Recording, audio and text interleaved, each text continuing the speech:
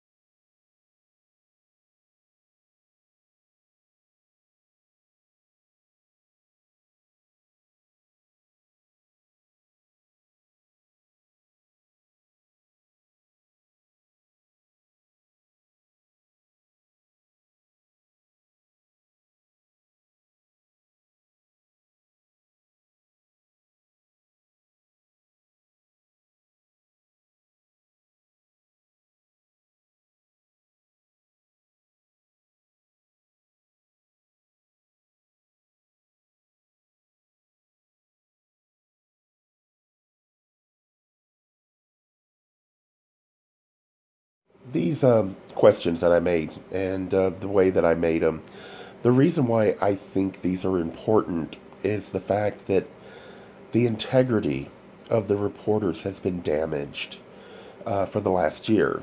They clearly had chosen sides, or at least it appeared that they had. I know some liberals might say that Hillary was being mistreated by the media, but the fact is that there was far more negative reporting. There was far more wrong with what Hillary did, but there was far more negative reporting on his words and what he said than actually what was going on. And I think they let their emotions get control of them, and they became too overconfident, and they missed everything. And the problem is today they are reporting that unidentified sources, left and right, we're hearing unidentified sources. 3 decades ago, their integrity was sterling. And most people would, when they hear unidentified sources, they would assume that because of who the person was reporting it, that these were reliable resources. And I think that's been severely damaged right now, and yet the media is still trying to put out in there that as if nothing happened.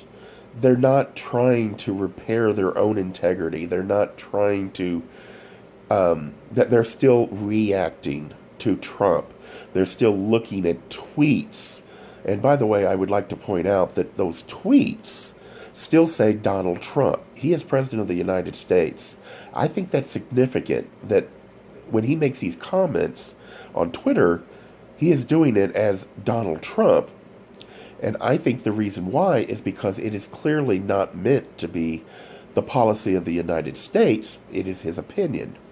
That is an odd way to be looking at it, but it is not totally beyond the pale because even the President of the United States has freedom of speech.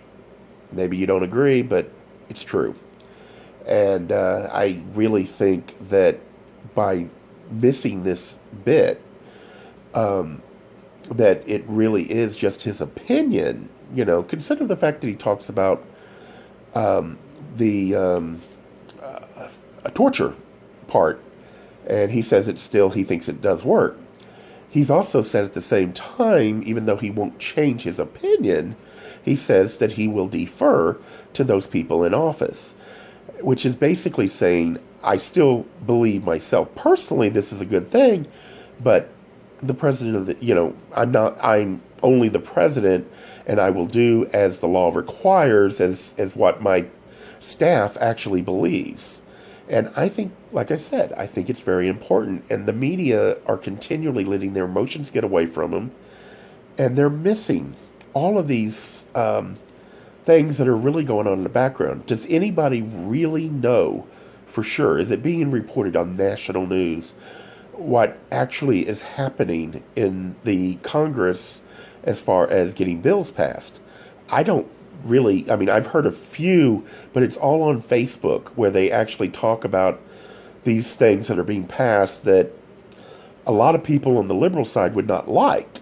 And yet, somehow or another, they're getting done, even though the President of the United States is in the news daily. They're in the news so much for things that he says that nobody is focusing on what's actually happening. And while I do agree with the president on most things that he has done, quote unquote, I do admit this is a problem, and I want a strong media. And a strong media in this era with him, you can't keep reacting emotionally. I don't know if he's doing this on purpose, but somehow or another, every time he's done something that the media are so sure he can't recover from, he recovers. It seems to not only that he recovers, but that he comes out stronger than before. And so far, the narrative is that his voters are stupid. Yet, I think he's actually planning this. I don't think he's as stupid as the media likes to think or say he is. And I think that's an important point to be making. And until they figure out that as long as they keep using their opinions over and over again, and reacting emotionally to things that are going on and not actually reporting and sticking to what is really important, they will continue to be chasing their own tails, and Trump will have them going in circles. And while I'm okay with it right now, I do believe that it could be a problem later. We have 2 years where the Republicans are in complete control. And I am sorry that that's happened. I think that it's the fault of the fact that both candidates were really hated. And I think for the most part, a lot of people did an assumption. And since the story was Hillary couldn't lose, I think a lot of people voted for the Republicans because the supporters of Trump, they were disgusted. I was disgusted that the Republicans were running from him. They had no guts. They ran for the hills, and that can't be forgotten.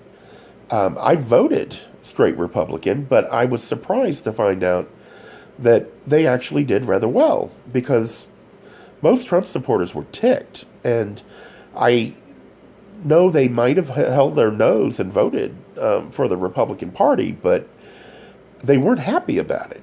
And I have to wonder if it hadn't have been the story that she couldn't lose, if we would have had a much different outcome in the congressional races. Thank you.